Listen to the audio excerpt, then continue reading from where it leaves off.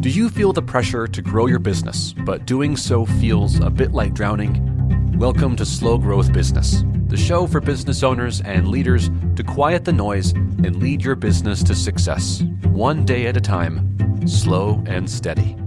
If you feel your business is running you and you're ready to run it, you've come to the right place. Now, here are your hosts, business coaches Jimmy DeGroot and me, Kyle Bullock.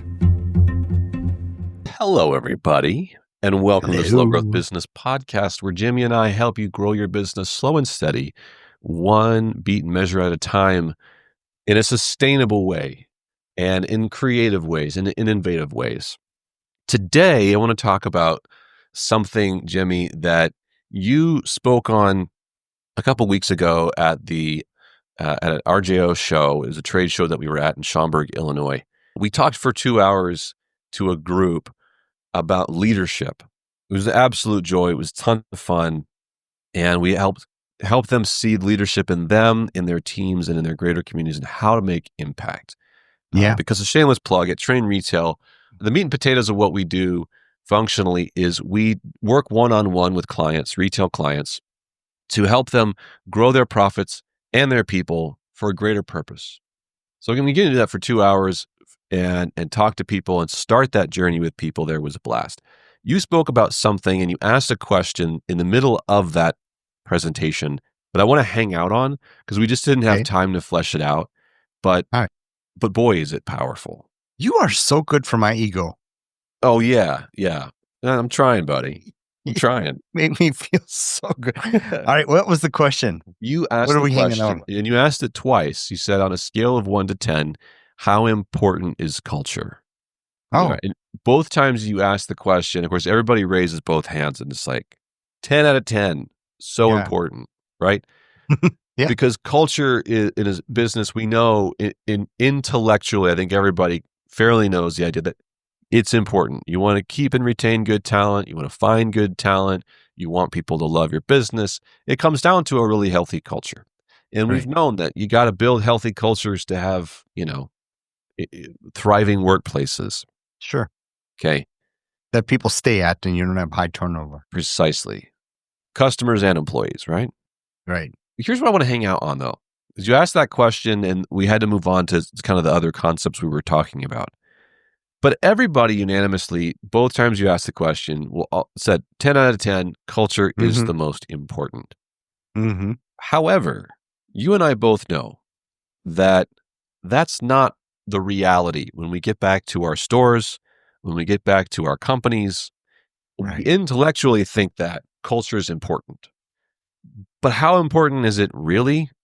Through the actions that we do, are we really thinking about it? Is it really at the forefront of our mind? Sometimes, if not oftentimes, we get back to our companies and it's a second or tertiary thought, if at all. We just get back to the grind, to the to-dos, and often to the same bad habits that maybe create dysfunctional culture. Right. So I want to hang out on a couple things. Like, how do we know as a leader, how can we really self-assess that culture is as important as I said it is? What are the things that I would do as a leader practically that would say, if I believe that culture is important and developing an important culture is important, this is what I would do to prove that I think it's a 10 out of 10, as opposed to just getting back to my daily grind, getting back to the dysfunctions, and just saying out loud, I think culture is important and we have a happy team, but maybe in reality, we're not. So I want this to be a time where we're talking about how a leader can self-assess if culture really is as important as they say it is, and then what actions would they be taking to help them develop a healthy culture daily, weekly, monthly. Yeah. I love that you and I are working with Dr. Andy Wood right now, and because Dr. Andy Wood, I don't know why I keep calling him Dr. Andy Wood, but he is a doctor and his name is Andy Wood. I'm just using the whole thing over and over. It's funny. We call him Dr. Andy Wood, and I've known him for so many years. He's never been introduced anywhere as Dr. Andy Wood. But And Andy I is keep he's a referring. leadership and business entrepreneurial coach and Yeah, professor in graduate schools across the United States on leadership. Super brilliant guy. Has a yeah. PhD, not a medical doctor, but for some reason, I think it's just because we like to say the words Dr. Andy Wood. Dr. I Wood. think at Train Retail, he was Yeah. known as Doctor. The And doctor. he's part of our team, so that's awesome. And the thing is this, what you and I realized is that a lot of what we call leadership and culture temperature setting in an organization comes from leadership. And so we realize that there is a deficiency in knowledge of being a leader in our source. Why? Because we were really good at soldering rings together. And that's what we did. We worked at the bench, and all of a sudden we've got 12 people working for us. Or I got the business from mom and dad and took it over from them. And I never really took a leadership class. So we're working with him, and I love that because we're getting at the root of a lot of the lack of leadership issues. And then to me, a way that I can start thinking about the temperature and the culture of my organization, which is so very vital, is to just start paying attention to one thing every single day. Sometimes Will Guidara, in his book Unreasonable Hospitality, talks about, hey, you do not have the right to show up in a negative mood. I mean, you do not. You do not have a right to come in and rain on everybody's parade, because if you're, business wise, it's a dumb thing. Stay away. If you're in a salty mood, stay away for the Yeah. sake of your business and for the sake of your people. But working on that one little thing, in his book, Any Dumbass Can Do It by Gary Ridge, he talks about, we started asking the question, how are you doing? How you doing? And we really meant it. We wanted a real answer. And if we got the pat answer, we pushed past that. How you doing? How you feeling? What what are we not talking about in this organization that we should be talking about? What's the elephant in the room? And so start to look at all of these little things on a daily basis. If you want to improve your culture, you're going to have an amazing business. You're going to grow your culture into a trust and respect type of culture, but it's paying attention. It's just like working out, and you're the king of this. You're the king of working out, man. Oh, Swimming and just taking care of yourself physically. You got to start day to day, little decisions, it's a little decisions. daily thing that leadership Mm, is a daily skill, right? I mean, yeah. And a daily decision. absolutely. Andy's been doing a class, or he'll be doing a class with our one-on-one clients, 8 weeks focused on developing leadership. And they are not idealistic, philosophical approaches. I mean, there's philosophy in there, but Yeah. it's hard skills. Yeah. Right. And I think probably the number one thing that we hear from people when they come to us and they say, okay, I'm going to work with you. I'm going to develop my leadership. I want to develop my company and grow. Hmm. They go, I don't have time, right? My plate is already full. How will I have time to do the things that you need us to do or want us to do to help grow the company? And it's a blanket statement. I would say this: how do you not have the time? My job Right. right now is to convince you, to help you understand, how can you afford not to focus on culture development first. Right. You're gonna go, I got bills to pay, I got customers to see, I got, inventory I gotta check in, I got da da da da da da da da. Hmm. Yeah. That seems to a lot of people to be, I gotta get this done and then I can get to leadership. Hmm. I want you to flip it. Okay. Even if it's a thought experiment, flip it for a moment. And I want you to think that leadership and the things about leadership are the most important. And once you've gotten through that, then you can get to all the rigmarole of the Yeah. daily Yeah. task list. Okay. Right. Right. When you Yep. flip it like that, you have to ask yourself, how can I afford not to spend time on that? By asking the staff a simple question of, like you said, how are you doing today? Yeah. Truthfully, honestly. Yeah. I saw a staff member last week whose mother was in the ER. had a medical emergency and needed to be taken care of. Everything's okay right now, and so that's the good news of the story. But that doesn't not phase you. It affects you as a person, Yeah. right? Taking care of a loved one in the hospital. So they show up to work the next day, and we're busy, so we just kind of get in the grind, and it hit me like a ton of bricks. Like, this person's stressed out, Mm-hmm. and I need to be reminded, just stop and let's talk. Work, Yeah. we'll get to it, but you doing okay? I mean, you just experienced something traumatic. So how you doing? Right. Yeah. How can you You know what afford I not to do that? you can't afford it. And to put that all into perspective, there are two principles involved, and they happen to both be biblical. And one is seek ye first, right? And the end of that is, and all of these things will be added unto you. And the second principle is, the greatest of these is love. Okay.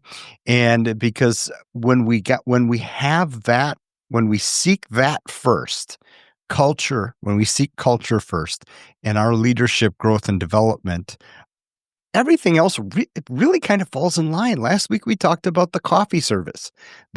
Will found an amazing person that's just excited about coffee service, right? He didn't have to go and figure that out. He found a person on his team with that, and he gave them. They called it an ownership thing. Now, they didn't give them actual ownership in the restaurant. They gave them the ownership of, that's your baby, you know. And so I love taking everything to that perspective. And whenever you and I have a little issue that somebody's dealing with, we just get in our little helicopters and go way up here, up at 40,000 feet, and we talk about culture and love and respect, once we get that figured out, then this all gets answered and figured out, Yeah. right? That's what Yeah. reversing the tables on my story. I don't want to tell a story that, like, oh, I did this great thing, and let me give you the story, like, I Glorify yourself. glorify myself, because here's the thing, context of what I was telling you about sitting down with a staff member going through something like that. I had not done that all day long, and I realized I was so busy and so stressed with all kinds of things piling onto our plates that week, that when this person's going through something difficult and traumatic, I didn't have time in my mind to sit down and actually talk to this person about what they're going through. And Mhm. that that bums me out, because Yeah. I was so focused on what I needed that I didn't really sit down and really listen to this person. Here's how it got flipped on me, because people who were around me, you included, saw that I was stressed out last week, and everybody was like, "Well, there's a whole Impossible. God, he's prickly, don't talk to him. Leave him alone." And so I was like, yeah, that bugs me that it affected me, and it bugged me that I was stressed and I was annoyed by this, and I was, people who love me, you included, were really awesome to be gracious to me in my Mhm. stress. But then over the weekend, I get a text message from someone in that circle who just said, "Hey, I was thinking about you. Are you doing okay today?" Yeah. And I was like, "Yeah, I'm okay." And I was like, "Wait a second." They intuitively knew that I was stressed, so much so that I was ignoring everybody else, but they weren't gonna ignore me back. They were gonna go, "Are you okay?" And I was Yeah. just struck with the how it made me feel like I was important, you know? Mhm. I was important to Yeah. them. And it kinda changed my attitude a bit, going, "Oh." So, as I tell you that story, I'm gonna turn the tables on myself, that I'm sitting there going, I'm being blessed by this person's leadership who took the time to simply send a text that said, "How are you really doing? Are you really okay? I was thinking about you." And it made me feel important and special and valued. And so, Mhm. y'all, as I share that, I go back to, how can you not take the time?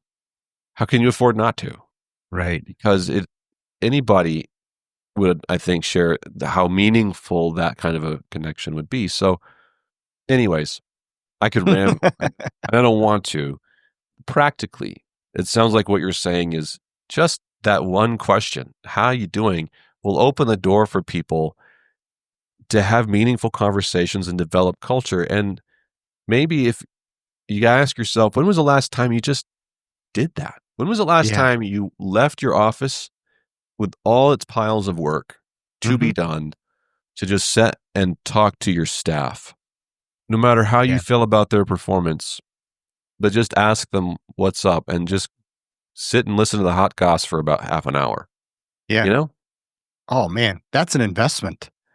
That is an investment. Yeah, and all of this in the long run has actual monetary gains for you as a business owner.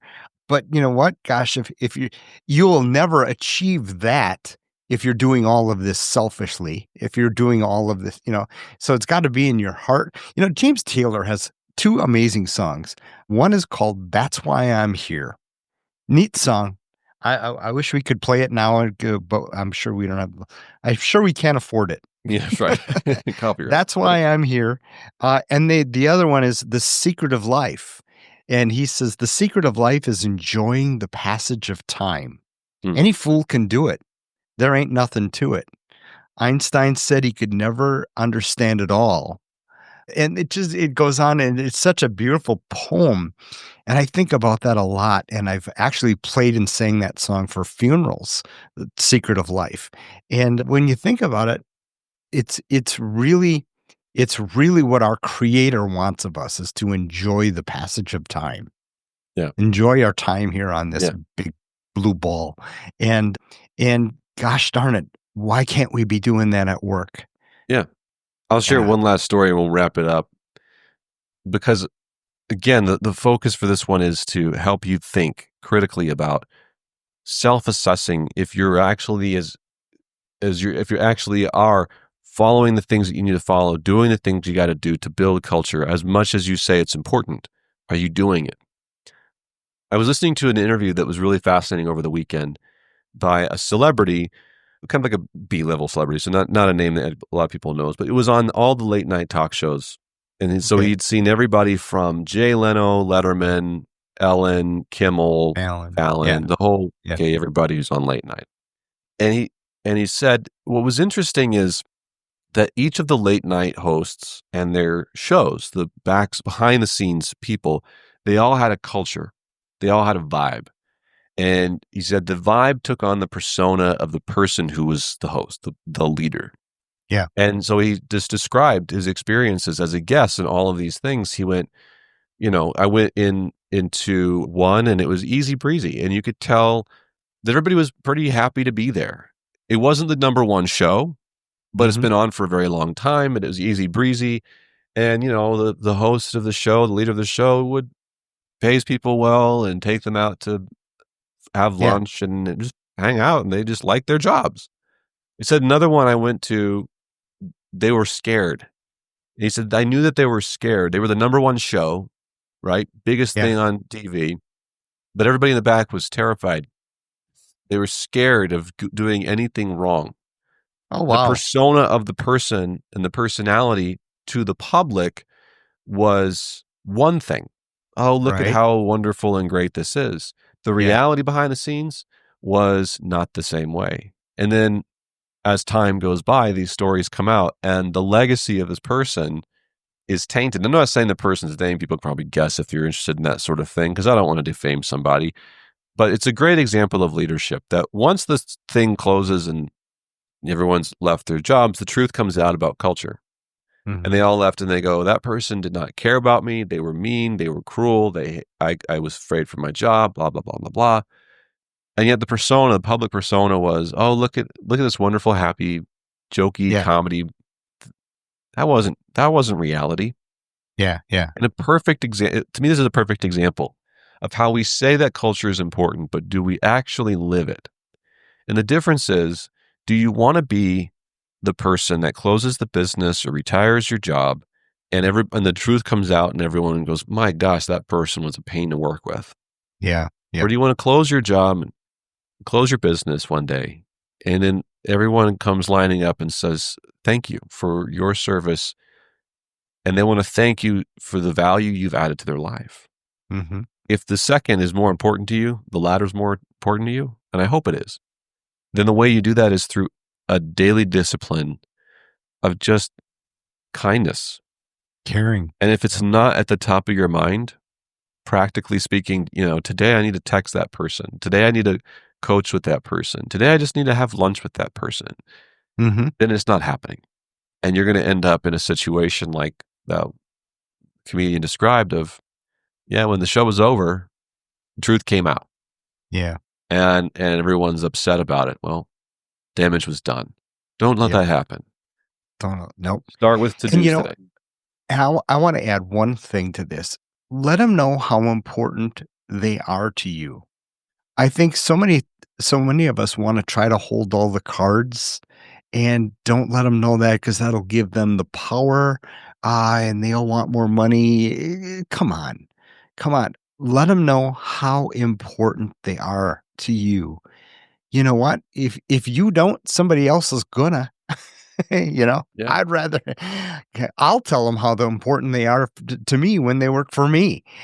So just tell them that, because I know right now, especially in today's employment environment, we are lucky to have people to come and work for us. They're lucky too, because we're awesome leaders and we give them a job and we pay them well and we treat them like wonderful human beings. But just let them know. Let them know. Yeah. Listen, if you're listening to this and you're going, hopefully you're leaving this thinking, I'm inspired and I want to be intentional. I hope you are intentional. We want to help you in that journey. Myself, Jimmy, and Andy Wood, Dr. Andy Wood, who helps coach leadership here at Train Retail. We want to assist you. We're not perfect. We're in the thick of it with you, trying our best to be imperfect leaders, but adding value to the people around us. And so if you want to do that in your organization, we'd love to help you. Kyle at trainretail.com, Jimmy at trainretail.com, or trainretail.com. And you can just check us all out there and all the things that we offer. We have so many different programs, so many different assets that you can use, because our goal, as I said, is to help you grow your profits and your people, to help you fulfill a greater purpose. Yep. And so make culture is so important that you can't not spend time on it intentionally every day. Yep.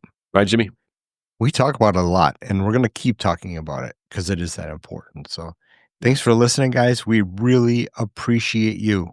Without you, it's just Kyle and I. That's fun. Yeah. But, it's a lot more fun with you guys. Absolutely. Hit like, hit subscribe, leave us a review. We'll see you next week. Toodaloo.